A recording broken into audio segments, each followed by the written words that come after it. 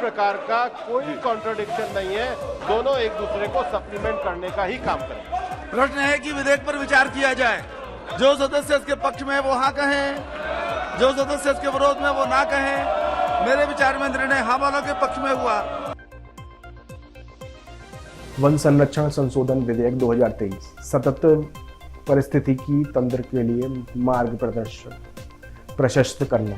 जैसे कि फॉरेस्ट के सस्टेनेबल इकोसिस्टम की चिंता पैदा करते हुए देश की लोकसभा में एक बिल पास किया, जिसके अधीन वनों की सुरक्षा के लिए विशेष ध्यान दिया गया है। देखिए, बिल फॉरेस्ट कन्वर्जेशन एक्ट 1980 में इम्पैक्ट्स में इम्पोर्टेंट मॉडिफिकेशन पेश करने का प्रयास करता है, जो इंडिया के एनवायरनमेंट फ्रेमवर्क में एक आधारशिला कानून है। देखिए, भारत की आज़ादी के बाद इकोलॉजिकल बैलेंस बनाए रखने, वाइल्ड लाइफ हैबिटेट की सेफगार्डिंग और क्लाइमेट चेंजेस को कम करने की उनकी महत्वपूर्ण भूमिका को पहचानते हुए फॉरेस्टेड लैंड के एक बड़े हिस्से को रिजर्व और प्रोटेक्टेड फॉरेस्ट के रूप में क्लासिफाई किया गया था। वहीं फॉरेस्ट अमेंडमेंट बिल 2023 के मेन प्रोविजन कुछ इस प्रकार हैं। देखिए, पहला है एक्सपेंडेड स्कोप। वहीं अमेंडेड एक्ट में अर्बन ग्रीन्स, प्राइवेट लैंड और परंपरागत रूप से जंगलों के रूप में क्लासिफिक नहीं किए गए एरियाज को शामिल करने के लिए अपना दायरा बढ़ाया गया। वहीं बॉर्डर इकोलॉजिकल लैंडस्केप को पहचानते हुए सुरक्षा की आवश्यकता है। बिल अपने अधिकार क्षेत्र को सभी प्रकार की भूमिका तक एक्सपेंड करता है। इस प्रकार प्राइवेटली ओन्ड लैंड पर प्रीवियस लिमिटेशन को एड्रेस करता है और उन्हें फॉरेस्ट कंजर्वेशन रेगुलेशन के दायरे में लाता है।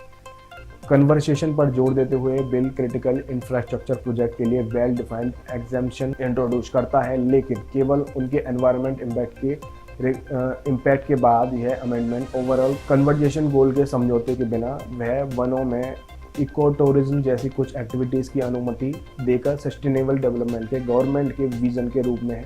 देखिए, यह बिल एग्रो फॉरेस्ट्री और अर्बन एफॉरेस्टेशन जैसे नए युग की फॉरेस्ट्री कॉन्सेप्ट को अपनाता है, जो एग्रीकल्चर और अर्बन प्लानिंग के साथ ट्री प्लांटेशन के एकीकरण को बढ़ावा देता है। वहीं बिल से जुड़ी चिंताएं। While the forest amendment bill 2023 का एम एनवायरनमेंट कन्वर्सेशन के प्रति इंडिया की कमिटमेंट को मजबूत करना है। कई चिंताएं उत्पन्न हुई हैं, जो कि इस प्रकार हैं। देखिए, पहली है हिंदी नेम पर ऑब्जेक्शन। कुछ क्रिटिक्स ने बिल के हिंदी का नाम होने पर आपत्ति जताई है। यह सुझाव देते हुए यह नॉन हिंदी स्पीकिंग रिलीजन को इसके इम्प्लीकेशन को पूरी तरह से समझने के बाहर रख सकता है। सेकंड है इकोलॉजिकल सेंसिटिव एरियाज। ऐसी आकांक्षाएं हैं कि एक्ट के स्कोप का विस्तार अनजाने में इकोलॉजिकली सेंसिटिव एरिया को प्रभावित कर सकता है, जिन्हें पहले वन भूमि नहीं माना जाता था।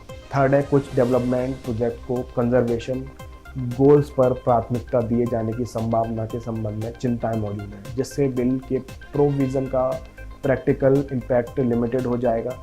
अंत में यह कहना ठीक रहेगा कि फॉरेस्ट अमेंडमेंट बिल 2023 डेवलपमेंट इम्परेटिव्स और प्रिजर्वेशन के बीच हार्मोनियस बैलेंस बनाने की भारत की कमिटमेंट का प्रतीक है। हालांकि चिंताओं को केयरफुल कंसीडर की ज़रूरत है। बिल के प्रोग्रेसिव प्रोविज़न को सस्टेनेबल इकोसिस्टम को बढ़ावा देने, सेफगार्ड बायोडाइवर्सिटी और जलवायु परिवर्तन से निपटाने का वादा करते हैं।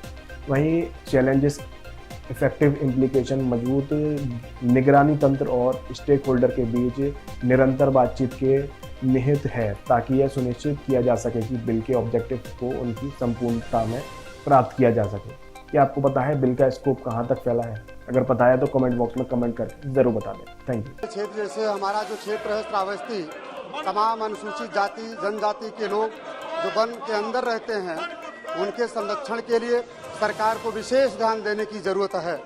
माननीय अध्यक्ष महोदय, जिस तरीके से वन क्षेत्र में नदी नालों का ज़्यादातर भरमार है, उस पर भी सीड़ की सफाई के लिए भी विशेष सरकार ध्यान दे। धन्यवाद।